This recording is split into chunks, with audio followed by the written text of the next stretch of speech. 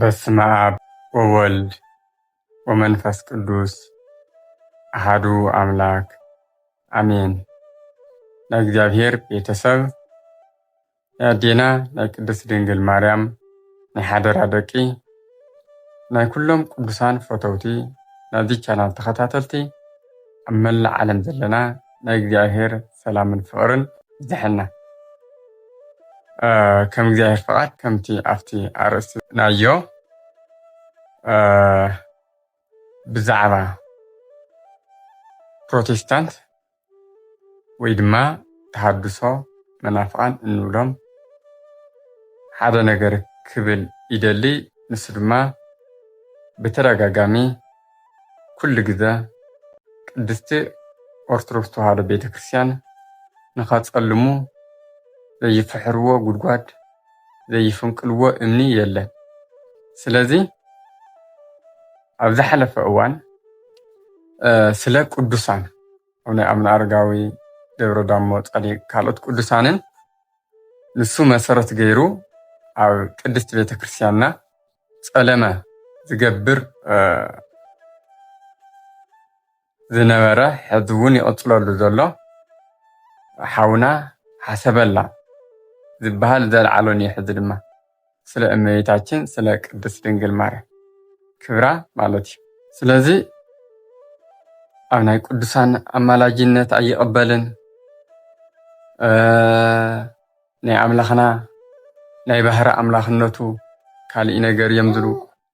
ዝቕበሎ መፅሓፍ ድማ 66 መፅሓፍ ቅዱስ ጥራሕ ናይ ፕሮቴስታንት ከም ዝኾነ ብዙሕ ነገር ንፋቐታት ይዘርኢ እዩ።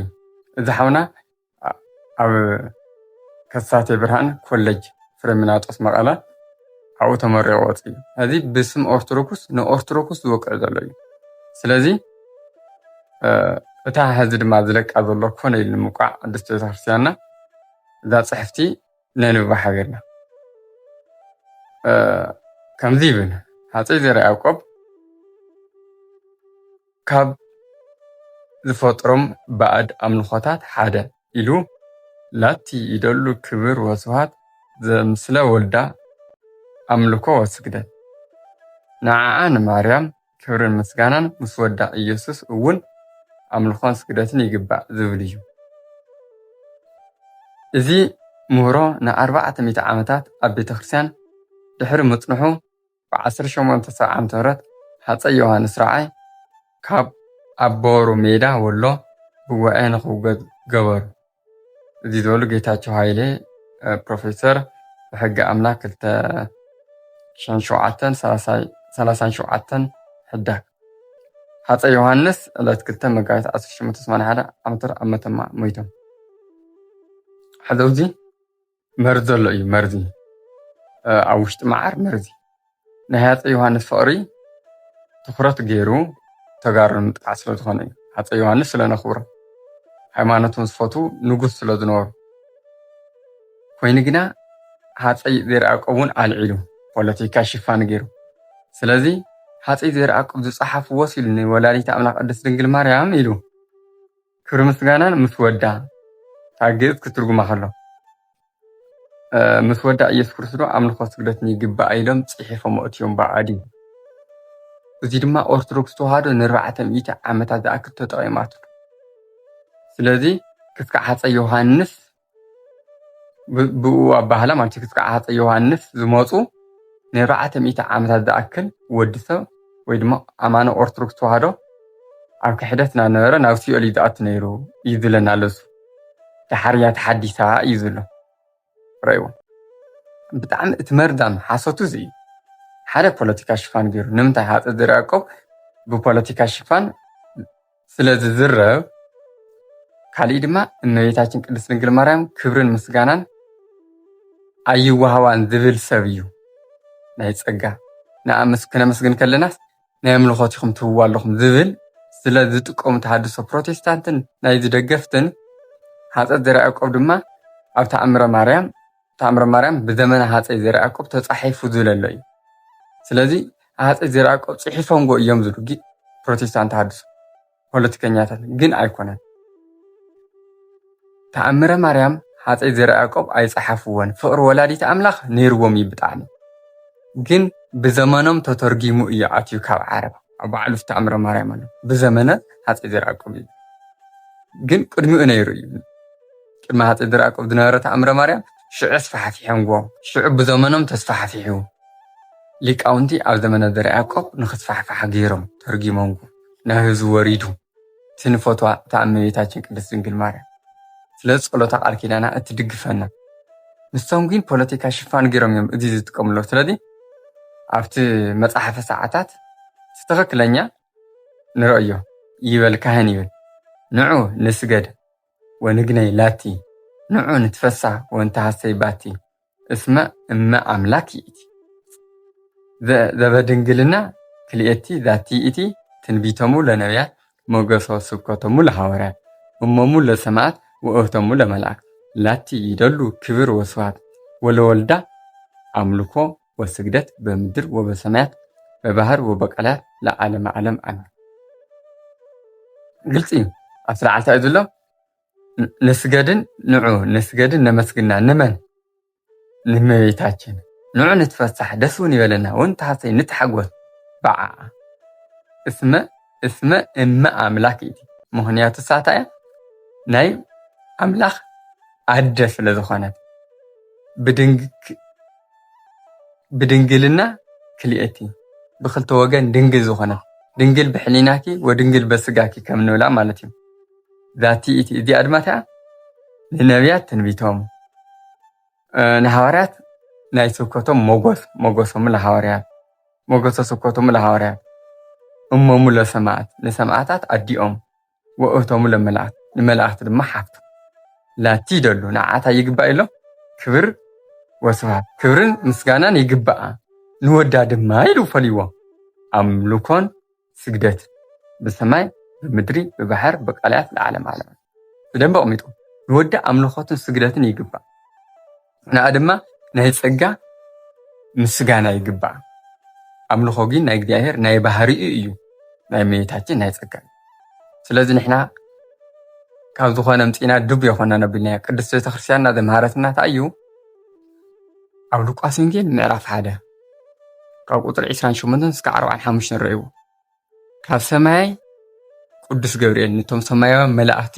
ወኪሉ 99 ነገድ ናብ ምድሪ መፅኡ ተፈሲ ፍትሕት ኦ ምልእተ ጸጋ እግዚአብሔር ምስለኪ ኣቲ ደስተኛይቱ ሕጉስቲ ምልእተ ጸጋ ደስ ይበልኪ ኢልዋ ስለዚ ብጸጋ ዝተመልአት እያ ዓብዲ እግዚአብሔር ንኽትኸውን ዝተሓረየት እያ ስለዚ ናይ ጸጋ ምስጋና ከም ዝግባእ ባዕሉ ቅዱስ ገብርኤል ነጊርና እቲ ንእመቤታችን ዝወሃብ ስግደት እውን ናይ ጸጋ ስግደት እዩ።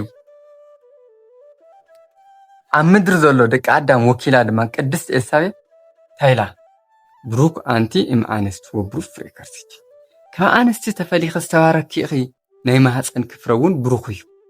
ስለዚ ንእመቤታችን ኣመስጊና ንወዳ እውን ኣመስጊን እዚ እዩ ንእመቤታችን ናይ ጸጋ ምስጋና ንወዳ ናይ ማህፀና ፍረ ዝኾነ ኣምላኽና ኢየሱስ ክርስቶስ ድማ ወዲ ቅድስት ድንግል ማርያም እግዚአብሔር ኣምላኽና ናይ ኣምልኾት ምስጋና መስኪና ንሱ ቅድስት ኤልሳቤጥ ጥራሕ ኮነትን እቲ ኣብ ማህፀን ቅድስት ኤልሳቤጥ ዘሎ እውን ዘሊሉ ተሓጒሱ እዩ ንእግዚአብሔር ኣብ ቅድስት ድንግል ማርያም ማህፀን ዘሎ ንኡ ናይ ኣምልኾ ስግደት ንእመቤታችን ናይ ጸጋ ስግደት ስለዚ ቤተክርስቲያንና ዘምሃረትና ኮነ ኢሎም ግን ን400 ዓመታት ኢሎም ስሩዋ ፀወት እዮም ዝገርመኩም እንታይ ዝብል እዮም ተጠቂሞም ነዮም ንኣብነት ኣብዚ ኣብዚ የማርያም መስተዋቅዕ ዝብል ኣብኡ ተሪእናዮ ዘጾረት ወአግመረት በከርሳ እግዚእ ሰማያት ወምድር መስተስርያ ኃጢአት ወዓበሳ ዘኢትሌሊ ባኤላየ ወኢትሜንን ነዳየ ማርያም ታፈቅር ዘይገብር ሰናየ ዛቲ እቲ እህተ ትጉሃን መላእክት ወወለተ ሄራን ነቢያት ብእሎሙ ለሐዋርያት ሞገሰ ጻድቃን ወሰማዕት ላቲ ይደሉ ክብር ወስብሐት ዘምስለ ወልዳ አምልኮ ወስግደት በምድር ወበሰማያት በባህር ወበቀላት ለዓለም ዓለም እታ ዘነበቡ ኩልኩም እያ ኣብ መጽሓፈ ኪዳን ዘላ ኣብዚ ምስ ወዳ ኣምልኾት ይግባእ ኢሎም ጽሒፎም ነዮም። ካብኡ ታይልዎ ታሕቲ የህይወት ምንጭ ቅድስ ድንኳን እንለምላታለን። ጽርት መስዋዕት የወለደችና የቻለች ናትና የክብሯ ታላቅነት ይደንቅ። ተአምሯ ሲነበብ አንድ ልበ ክፉ ሰው የመሰሉን ስጋ የበላ የማርያምን ስምን በመጥራቱ በአንድ እፍኝ ቀዝቃዛ ውሃ መንግሥተ ሰማያት ገባ። ሰምታችሁ አድንቁ፣ የዝክሯን ዜና ውደዱ፣ የእሷን መንግሥት ይሉ ብቐቢሕ ተኸቢቡ ዘሎ ትሕት ኢሉ ቁጥር 26 ከታተሙ የቅዳሴ መጽሐፍት ያለው ከዚህ የሚለይበት ዋናው ምክንያት ያልታተመው ወምስለ ወልዳ አምልኮ ስግደት ከልጅዋ ጋር አምልኮና ስግደት ይገባታል ማለት ነው። ማርያም ከልጅዋ ጋር መመለክ ይገባታል የሚለው ኑፋቄ በ1870 ዓመተ ምህረት በቦሩ ሜዳ ጉባኤ ላይ ተወግዘዋል። ስለዚህ ተወጊዙ እዩ። ስለዚህ ዝተወገዘ መጽሓፍ ገና ከይተሓተመ እዩ ተወጊዙ ሓሰበላ ግን ዝብሎ ቀጥታ ኦርቶዶክስ ንክወቅዕ ን400 ዓመት ቤተክርስትያን ኦርቶዶክስ ተጠቂማቶ እዩ ዝብሎ። ቤተክርስትያን ከምኡ ዘይተመርም ቤተክርስትያን ናይ ማህፀና ፍረ እግዚአብሔር ወልድ ኢየሱስ ክርስቶስ ናይ ኣምልኾት ምስጋና ይኹን ስግደት ዝግብኦ ኣምላኽ እዩ፣ ናይ ባህር ኣምላኽ እዩ።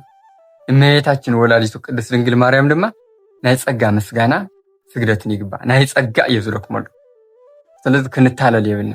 ስለዚህ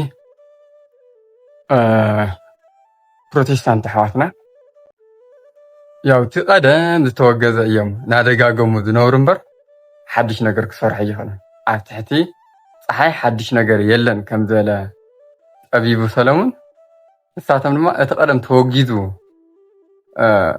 ዝተወገዘ ክሕደት ንሱ ካብ ግዜ ናብ ግዜ ይደግምዎ።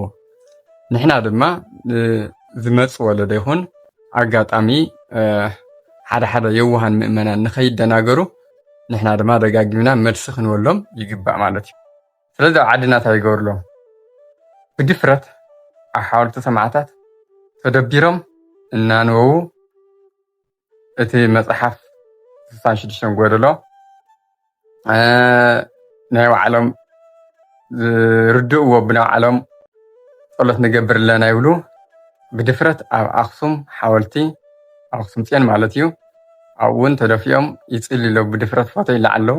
እዚኦም ዘረድኡ ዘለው እቲ ሕብረተሰብ ንኽለማመዶ ድፍረት ክዕዝይና ምክንያቱ ስርዓት ዘይብሉ ካዲኦም ዝኸዱ ፕሮቴስታንት እዚ ንኽላመድ መሊቱ ድማ ሽፋን ድባብ ንምሃብ እንቶም ካልኦት ኣብ ደቡብ ዘለው ይኹን ማእኸል ሃገር ዘለው ይኹን ርክብ ስለ ዘለዎም ናብ ትግራይ ከመይ ጌርና ፕሮቴስታንቲዝም ነሳሕፍሕ ዝብል ኣጀንዳ ስለ ዘለዎም እዚ ተግባር ንምግባር እዮም በብኸባቢኡ ፎቶ እናልዓሉ እዚ ነገር እዚ በቃ ትግራይ ተቆጣፂርና እያና ደጊም ዝቐረየና ንእሽቶ እዩ እቲ ዝቐረየ ኦርቶዶክስ እውን ኣይትረድኡን ይናበሉ ኣብ ልዕሊ ተሓቃዊት ሃይማኖትና ጸለመ የካይድ ኣለው። ስለዚ እዚ ናይ ዲያብሎስ ተንኮል ኩሉ ግዜ ብጥበብ ክሪኦ ኣለና። ዘመኑን ኣስተውዕልዎ፣ ዘመኑን ናበይ ገፅ ይኸድ ከም ዘሎ ኣስተውሉ ከም ዝበለ ቅዱስ ጳውሎስ ነስተውዕሎ ደቅና ኣሓትና ቤተሰብና ኣሕዋትና ስድራና ጌጋ ካይዳ ናይ ፕሮቴስታንት ይትፋሕፋሕ ከም ዘሎ ትኩረት ጌርና ብደንቢ ሃይማኖትና ኣጽኒዕና ንሓቲ ሃይማኖትና ህይወትና ስለ ዝኾነ ስለዚ ኣብ ልዕሊ ቅዱሳን ኣብ ልዕሊ ኣምላኽና መድሓኒትና ኢየሱስ ክርስቶስ ናይ ባህሪ ኣምላኽነቱ ኣብ ልዕሊ ወላዲት ኣምላክ ቅድስት ድንግል ማርያም ንጽህና ክብራ ዘለዓለማዊ ድንግልና ኣመላጅነታ ኣብኡ ዝገብርዎ ዘሎ ናይ ክሕደት ኣካይዳታት ጸለመን እዚ ኩሉ ቀስ ብቐስ መልስና ሃብናሉ ክንከድና እዚ ናብ ኩሉ ንኽባፅሕ ሸር ገርዋ ስለዝነበረና ግዜ ናይ ኣቦታትና ኣምላኽ ቅዱስ እግዚኣብሔር ተኸብረን ተመስገነን ይኹን። ወስብሐት ለእግዚአብሔር ወለወላዲቱ ድንግል ወለመስቀሉ ክቡር ንዘለዓለም ኣሜን።